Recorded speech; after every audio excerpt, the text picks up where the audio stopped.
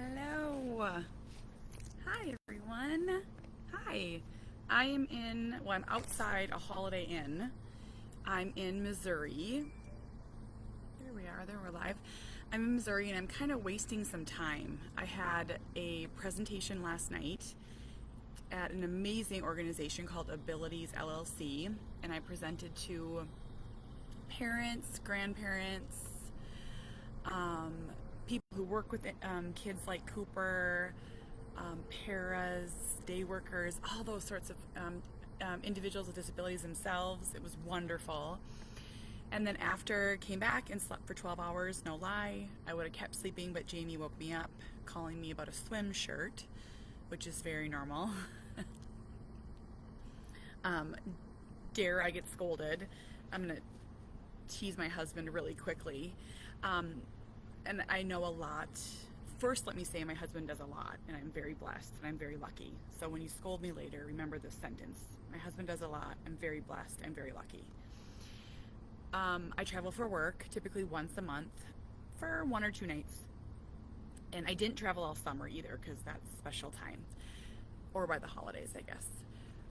But when I leave, I try really hard to set everyone up for success, because it's a lot, you guys. It's a lot with 4 kids. And when you have a child with a disability, he can't just do all the things. Like an example is like he can't just go sit at football practice for 2 hours. Or it's really hard to like get him in and out of the car because it takes him 15 minutes to get ready to go. Different things like that. Bringing him into daycare is hard.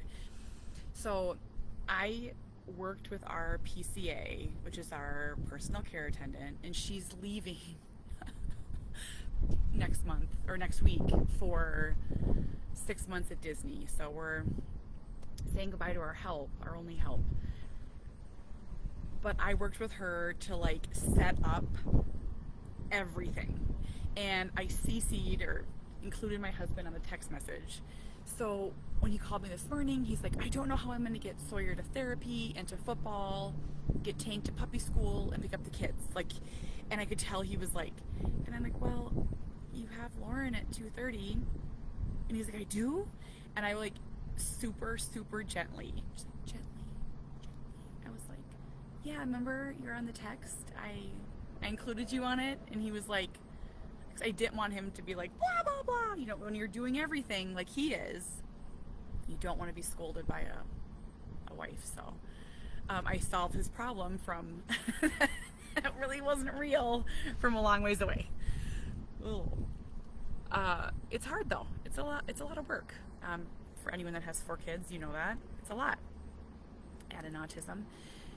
And today, I just finished the final copy edits of my bonus chapter, and the copy editor said at the end, she put this message and she was like, I cried multiple times during this chapter, and it made me feel really good. It just, you know, when you pour your soul out, you want to touch somebody and help them. So I don't know if she has autism or not in her life. I'm gonna guess probably not, because she didn't say it, but she said it made her cry. So that comes out in March. And then what else? I just sent out proposals for a few other places to speak. If you're looking for a speaker, hi. I'm going to be in Illinois in November, Connecticut next week, and then Illinois in October, and Michigan in November. So I've been reaching out to bookstores, trying to set up signings, and it's a lot of work. I don't have anyone to help me. So setting all this stuff up is, the lady last night was like, do you have are you here for like a whole week? Do you have like things set up? And I'm like, girl, getting this going and the presentation tomorrow night at the bookstore is like all I can do. Brianna, it's Grand Haven, Michigan. On our way to Kansas City now. Ricky, I don't have a next book yet. It's a bonus chapter, so they're going to re-release this book. Oh, hi. Is it I don't know how to say, I don't want to say your name wrong. Is it Shawan? You're welcome. Amy, I'm going to be in Palos Hills. Palos Hills, is that right? And it's by Naperville. That one is October 6th. Oh. So, I thought, I was trying to think of something that I wanted to share today. I'm trying to do more video because, and I'll tell you exactly why. I had a lady come up to me last night who said, and she talked to me for 10 minutes. She is a teacher. And she's like, if you lived here, Cooper would be in my class. And she said that every morning she gets up and she listens to my stories and it inspires her for her day. And she told me so many things that I've said that have helped her. She said that I was the one that showed her that nonverbal individuals can, read, that she's like, that you should assume competence, assume that they can, and just different things. And it, sometimes I think like, the way Facebook's working, like 7 people watch my videos, but I'm helping her. I'm helping this teacher in Warrenburg, Missouri, teach her kids. And she told me about what their program is, and I didn't catch the name of it, but she was saying they focus more on life skills than education. And I was like, ding, ding, ding, ding, ding, like, tell me more. She's like, move to Missouri. She was saying that her students work the lost and found, and they go through and wash and tag and itemize things. There were other programs she said they did within the school. Something with lunches, all these different things that her students do. And I was like, that's what I want Cooper to do. Like, there is this shift, and this might be really hard, because it was for me, for parents of younger kids to understand. When Cooper started kindergarten, I was like, we're going to get past this. He's going to read and write. It's going to be great. And I couldn't see a world of greatness that was different. Well, there's multiple pathways through life. And now that Cooper's 12, he's going to be a 7th grader, I want to start thinking about jobs that he can do and ways to get in the community and ways to be involved and provide value and feel fulfilled. And she was just speaking to my mama heart. And I'll tell you, on the flip side of this, I have a friend who has an older son that's very similar to Cooper. I think we're friends, we're online friends. And she was saying that her son in their program at school helps with janitorial work. And she was very angry about it. She was like, why should our kids have to clean up after the neurotypical kids? And I tried to be really gentle with it, and I was like, I don't see it like that. Like, I don't see it as like a negative thing. I see it as learning life skills and, engaging and being included and being around. And the last thing that I want, and we had a school like this where Cooper, and I'm not lying, was locked away in a classroom. The vice principal told me, quote, it's not safe for Cooper to be out in the hallways because we have hard floors. Cooper can walk. They didn't want him in the hallways. He was less than perfect, right? And so I think about a school where Cooper could be going into each classroom, and it gives me hope and joy, and maybe I look at it differently. I don't know. What are your guys' thoughts? Do any of you have thoughts on this? Nikki Wallace, I sent you an email. Do any of you guys have thoughts on it? Am I looking at it wrong? I don't think of it as, I guess if you were to think about it that way, you would think that all janitorial or food service jobs were lesser. I don't think about that at all, like that at all. My first job And everyone should work food service. My first job was doing dishes at a ski resort, and I will tell you, did I learn some life skills? Everyone should do service work. No one's above it.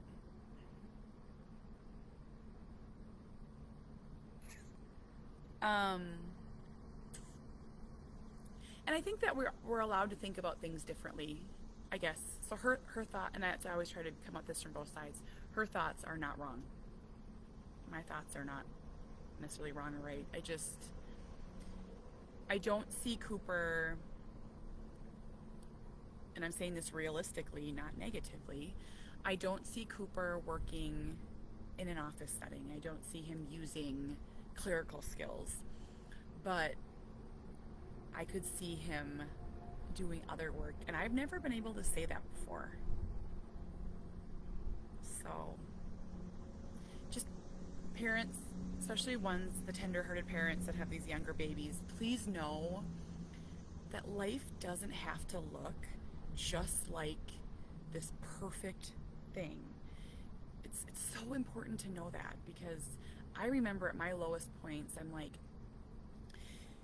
you have to get married and have babies and have a job and have a house, and that's how life is supposed to be. You don't.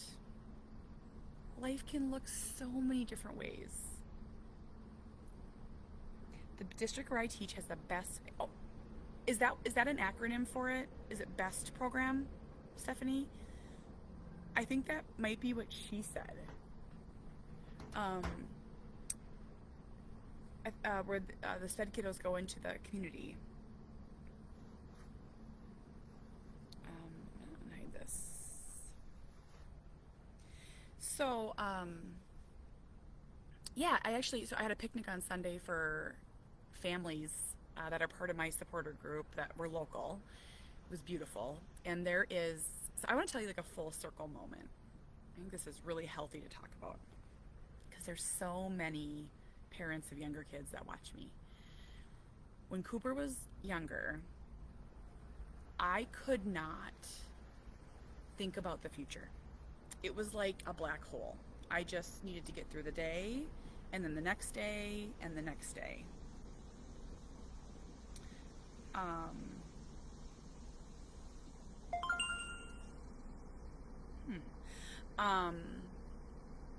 I guess, Kevin, I would think, what is he doing otherwise? I think washing clothes is a phenomenal life skill. I mean, if they're using it as a negative thing, but if they're working with him on each step, like Cooper wouldn't know how to wash clothes. Cooper would have to work on each step. So he would need a visual schedule. He would need to practice each skill. And we're going to start working on washing clothes at home, because that's a very good skill to have for any child. Sawyer, Harbor. I mean, I guess if you think they're trying to get free labor, but I can't imagine Cooper being easy to learn that skill. So maybe it's a washing clothes program, and then we're going to go to working in the kitchen, do that program for a short time. Then we're going to go to we're going to try another job. I see that as being a positive. I would really work with the school on how they're doing it. If you think it's negative, then definitely push back. I don't see Cooper. I think it'd be more work to have teach Cooper to do laundry than not, let's be honest. So, I mean, kind of try and think about it that way. But so I couldn't think about the future. I can now. I have immersed myself with young adults, teens with disabilities.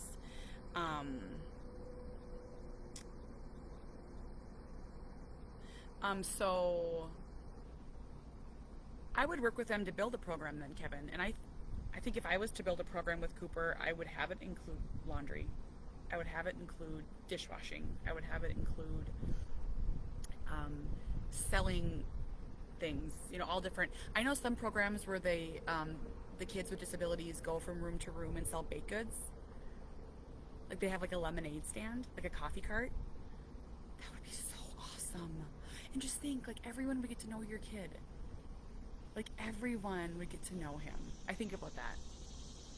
I want people to know him and see him and learn from him and embrace him. Yeah. Anywho, Um,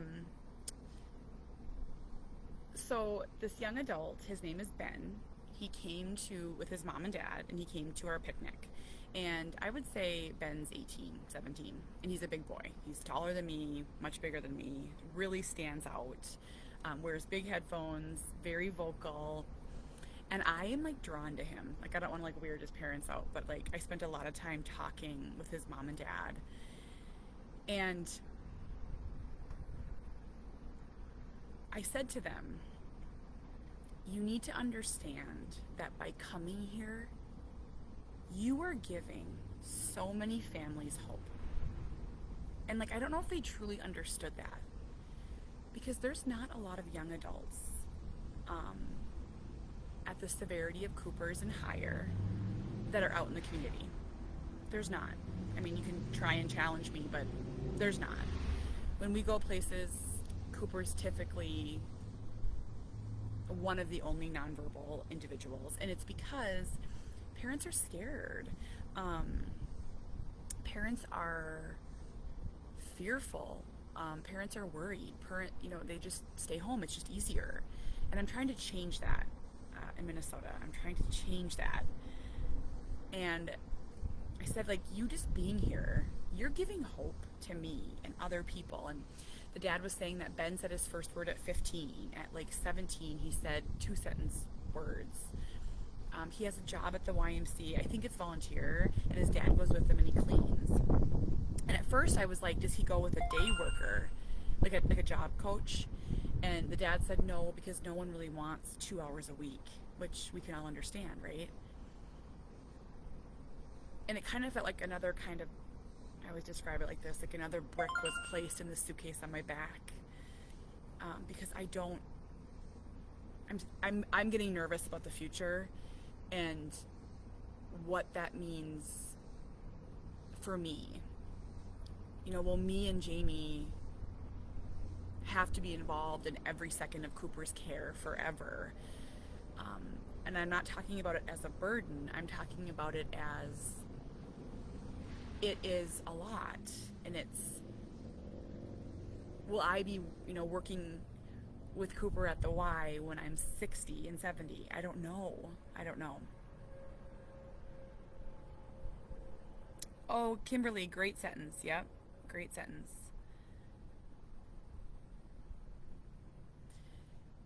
That's another thing that I wish for Cooper. I wish he had a buddy. Like, I wish he had a neurotypical buddy. There's some programs that do that. I'm sure someone will comment, where they pair the kids. And if I had a better relationship with my district, I just don't know. I always feel like I don't know. I'd propose it. I don't know. School makes me heartbroken. That's a whole nother conversation. I'm just heartbroken over school. I don't even know what to do about it, to be honest. But I wish that Cooper had a buddy. I'll tell you, the best thing that happened this year, in the good part of the year, was his classroom shares a little hallway with the DD kids, the developmentally disabled kids, and that's where he met Peyton and Dexter. And if you follow me, I talk a lot about Peyton and Dexter. They're verbal. Dexter has a different disability, Peyton has a different disability, but they're the yang to Cooper's yang. They can talk with him and for him and help him and encourage him, and they're more easygoing, and we're all on the same baseball team. And we were just at Thomas with Dexter, and I'll tell you, Cooper runs to them and hugs them. Don't ever think that our kids can't have friends. The friendship just looks different. It's just wonderful. It's just wonderful. I love it. Okay, so I thought I would tell you a few things. So this is my book. You all know this, I'm sure. Grab it if you haven't. But the last chapter of my book, I've had people say that they have a bookmark in it, and they keep it by their bed and they read it. It's a really just over and over again, positive, joyful. And I wanted to, when I do a modified part of my presentation, I always talk about these little bits and pieces of what I wish I would have known. I wish someone would have told me, this is it.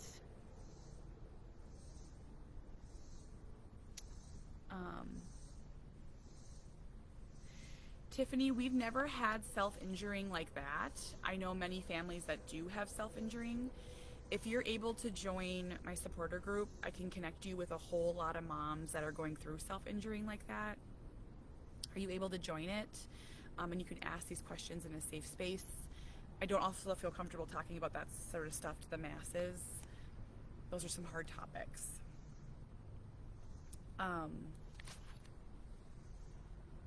So here's like the little, like this is like the last 3 pages or 4 pages of my book. And I just want to just like say these things to you and hopefully like leave you, before I hop in the car, just some nuggets of hope, right?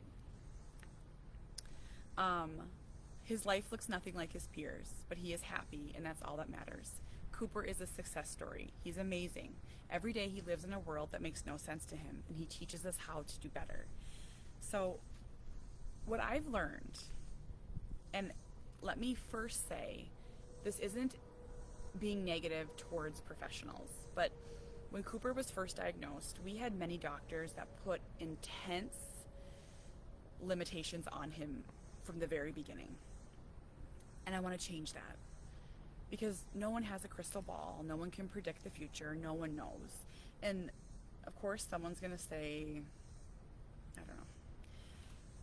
But no one can predict. And Cooper is doing things that I never would let myself believe possible, because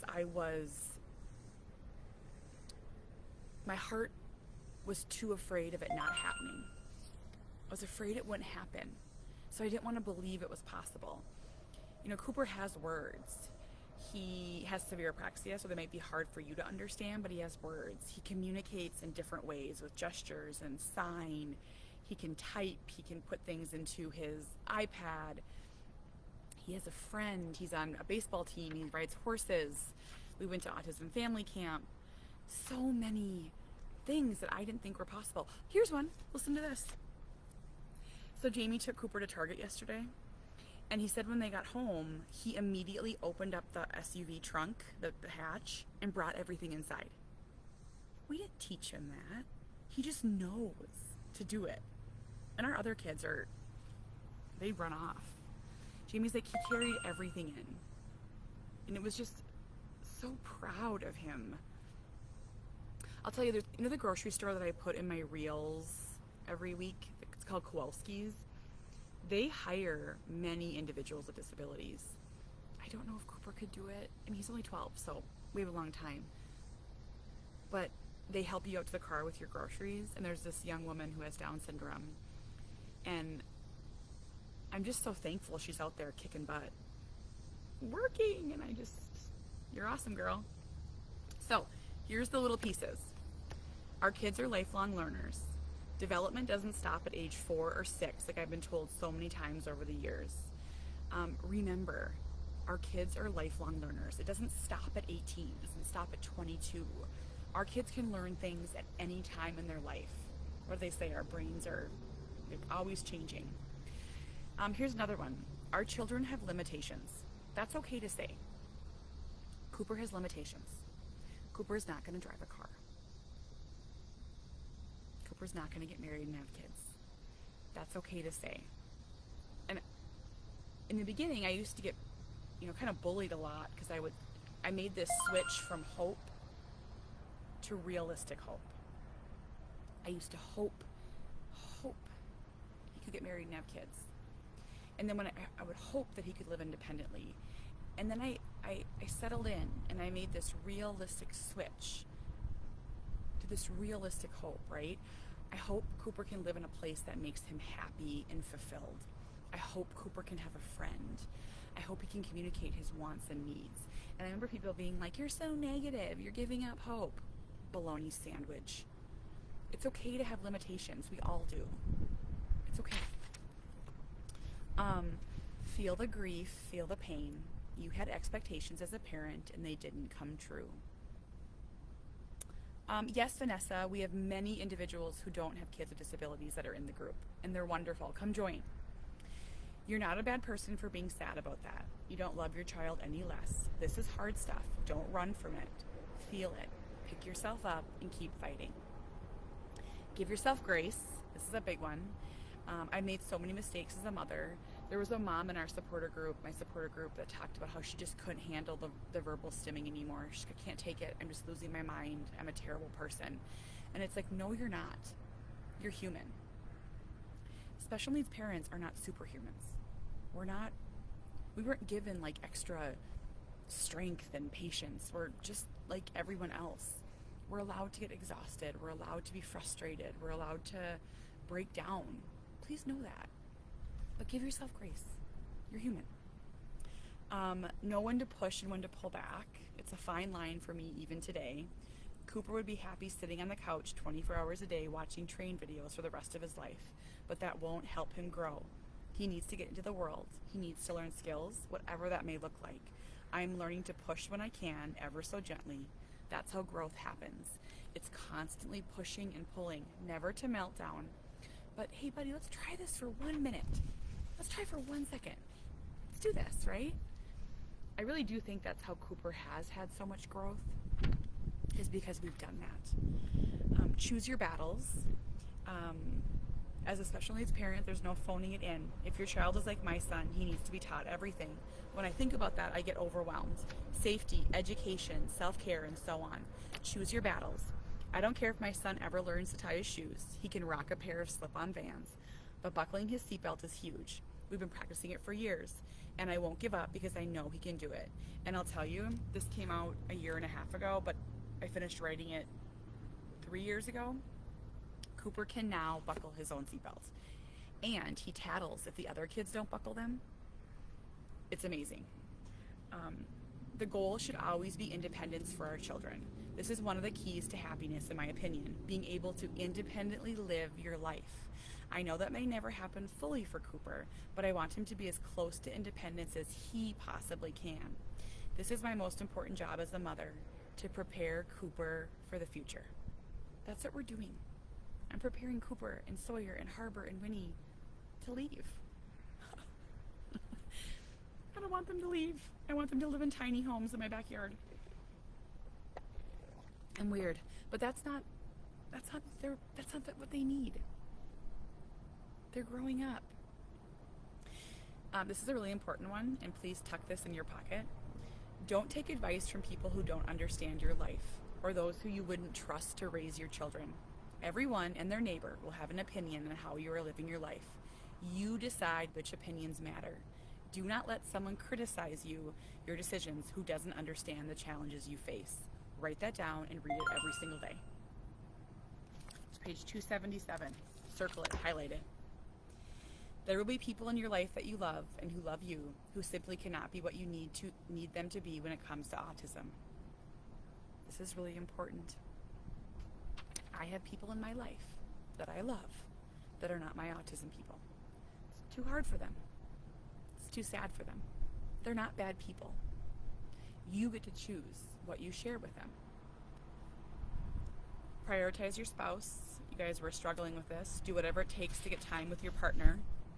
This parenting thing for us is not a sprint. It's not 18 summers like they say. It's a lifetime. Take the help. Your life is difficult. Oh, thank you, Nikki. Yeah, come join Coops Troops, you guys. Take the help. Your life is difficult. And it's okay to acknowledge that it is hard. There, I said it. I validated you. Something I so desperately needed many years ago. Take the help. If someone offers to send you coffee or to help you or come sit there while you shower, or they want to help. They're not going to offer if they don't want. Take the help. Find something that works for your family. We can't go to parks or movie theaters or zoos or restaurants. And I'll tell you, in the 3 years, we can now go to zoos. And we went to a restaurant. We went to a movie theater during my event, sensory friendly event. But we can go boating, and we can go to the beach, a private beach, which sounds more glamorous than it is. It's not glamorous. It's just, you have to sign up to go there. And it's never busy, and we can go there. But find it. Do it for your other kids too. Find a place you can go and be successful and be happy, and you can enjoy each other, and there's no animosity. So please do that. Always try one more thing. I can't tell you how important that is. When I've been at my lowest, not knowing how to help Cooper, beat down by this world, I've often wanted to give up. And maybe for moments I have. But I've always picked myself up and tried one more thing. Please remember that you're the only person that's going to fight for your kids as hard as you are. No one else is. You may have amazing, phenomenal, fantastic people in your life.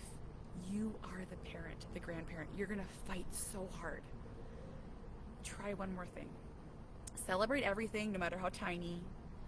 Speak your truth, even if your voice shakes. Share your life. You don't have to be a blogger or write a book. Just start talking at the grocery store or the park. Tell your stories. And lastly, choose joy. As simple as that sounds, choose joy. It's so important to look at life in that way. I think that's it. That's all of them. Yes, everyone loves the audiobook. Definitely check that out. That's on Audible. And just grab that last chapter and think of it as a guidebook when you're beat down and you need some place to look. Okay, goodbye everyone. If you're coming tonight to the bookstore, I'll see you there. It is in Lee's Summit, so okay. Bye everyone.